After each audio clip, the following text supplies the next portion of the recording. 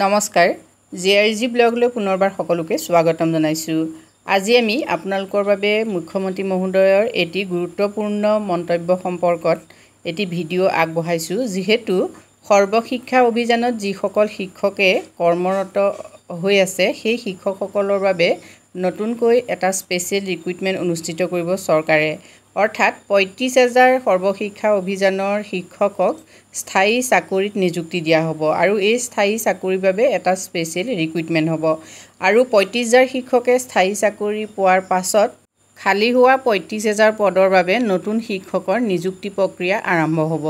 অৰ্থাৎ যিসকল ইতিমধ্যে কৰ্মৰত সেইসকল শিক্ষকৰ বাবেও ভাল খবৰ, লগতে শিক্ষকতা কৰিবৰ বাবে আগ্ৰহী যিসকল নিবনুৱা যুৱক যুৱতী আছে তেখেতসকলৰ বাবেও ভাল খবৰ জনাইছে আজি মুখ্যমন্ত্ৰী মহোদয়ে। ইয়াৰ লগতে দুচকীয়া তিনিচকীয়া যান বাহনৰ সম্পৰ্কত মুখ্যমন্ত্ৰী মহোদয়ে মাচুল আৰু জৰিমনাৰ ক্ষেত্ৰত এটা বিশেষ গুৰুত্বপূৰ্ণ মন্তব্য আগবঢ়াইছে।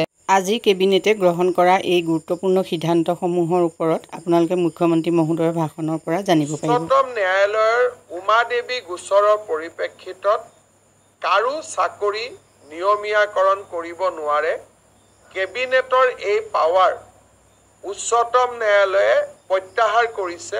তাৰ পৰিপ্ৰেক্ষিতত আমি কাৰো চাকৰি নিয়মীয়াকৰণ কৰিব নোৱাৰোঁ।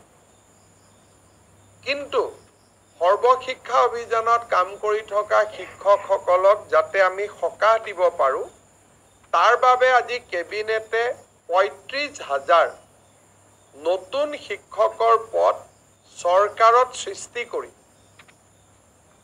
SSৰ শিক্ষকসকলৰ বাবে এটা স্পেচিয়েল ৰিক্ৰুইটমেণ্ট ড্ৰাইভ কৰিব খুজিছে। অৰ্থাৎ এই বিশেষ ৩৫,০০০ পোষ্টত অকল SSত কাম কৰি থকা শিক্ষকসকলেহে আবেদন কৰিব পাৰিব আৰু বাকী নিয়মীয়া যিবিলাক পোষ্ট তাত ফ্ৰেছ কেণ্ডিডেটবিলাকে আবেদন কৰিব পাৰিব।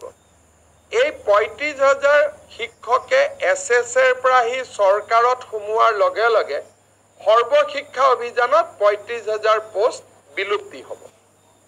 অৰ্থাৎ সৰ্বশিক্ষা অভিযানৰ ৩৫,০০০ শিক্ষকে স্পেচিয়েল ৰিক্ৰুইটমেণ্টৰ বাবে চৰকাৰত আবেদন কৰিব। চৰকাৰে তেওঁলোকৰ কাগজ পত্ৰ চোৱাৰ পিছত তেওঁলোকক নিয়োগৰ সুবিধা কৰি দিব চৰকাৰত, য'ত NPS পাব, চৰকাৰৰ পে স্কেল পাব, ইনক্ৰিমেণ্ট পাব, গোটেইবোৰ পাব। কিন্তু এইখিনি হৈ উঠাৰ পিছত সৰ্বশিক্ষা অভিযানত পূৰ্বতে কাম কৰি থকা তেওঁলোকৰ পদসমূহ বিলুপ্তি হৈ যাব। অৰ্থাৎ আমি ৰেগুলাৰাইজেশ্যন কৰিব নোৱাৰাৰ বাবে আমি স্পেচিয়েল ৰিক্ৰুইটমেণ্ট ড্ৰাইভ সৰ্বশিক্ষা অভিযানৰ শিক্ষকসকলৰ বাবে কৰিব খুজিছোঁ। আৰু ইয়াৰ ফলত মই ভাবোঁ যে অহা ৪-৫ মাহৰ ভিতৰতে সৰ্বশিক্ষা অভিযানৰ প্ৰতিগৰাকী শিক্ষকেই চৰকাৰত নিযুক্তি পোৱাৰ সম্ভাৱনা মুকলি হ'ব। আজিও তেওঁলোকে ৰেগুলাৰ ৰিক্ৰুইটমেণ্ট ড্ৰাইভত কিছুমান তেওঁলোকে ৰেগুলাৰাইজ হৈ থাকে, কিন্তু এইটোত তেওঁলোকৰ কাৰণে হোলচেল কৰা হ'ব। সেইকাৰণে আমাৰ ৩৫,০০০ শিক্ষকে চৰকাৰত সোমাবলৈ এটা সুবিধা পাব। আমাৰ বিভিন্ন সংবাদ মাধ্যমত সাধাৰণতে এটা অভিযোগ উঠা যায় যে আমাৰ পৰিবহণ আৰু ট্ৰেফিকৰ পুলিচসকলে সৰু সৰু অটো ৰিক্সা চালক আদিক ফাইন আদিৰ কাৰণে দিগদাৰি কৰে বা আমনি কৰে, তাৰ ফলত দুখীয়া মানুহখিনিৰ কষ্ট হয়। আজি কেবিনেটত আমি দুটা সিদ্ধান্ত লৈছোঁ যে বাইকৰ আৰোহীক, টু হুইলাৰক এক্সেপ্ট হেলমেট আন কোনো কথাত ফাইন কৰিব নোৱাৰিব।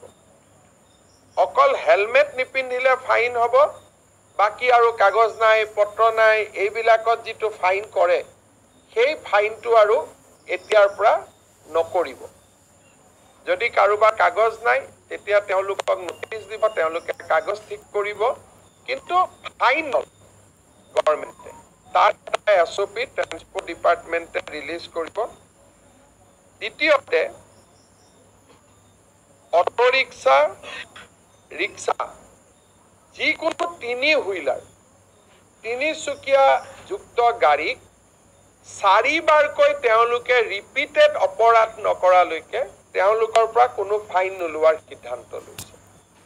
মানে এজন অটো ৰিক্সা বা এটা ই ৰিক্সা বা এজন ৰিক্সা চালকে 4 বাৰকৈ তেওঁলোকে ৰিপিটেড অপৰাধ নকৰালৈকে তেওঁলোকৰ পৰা কোনো ফাইন নোলোৱাৰ সিদ্ধান্ত লৈছে। মানে এজন অটো ৰিক্সা বা এটা ই ৰিক্সা বা এজন ৰিক্সা চালকে 4টা ফাইন কৰাৰ পিছতহে 5 নম্বৰ বাৰতহে তেওঁলোকৰ পৰা ফাইন ল'ব পাৰিব। 4 বাৰ আমি তেওঁলোকক ৱাৰ্ণিং দিম। 4 বাৰ ৱাৰ্ণিং দিয়াৰ পিছতো যদি তেওঁলোকৰ ভুলটো তেওঁলোকে কৰিয়ে থাকে তেতিয়াহ'লে 5 নম্বৰ বাৰতহে তেওঁলোকৰ পৰা ফাইন লোৱা যাব।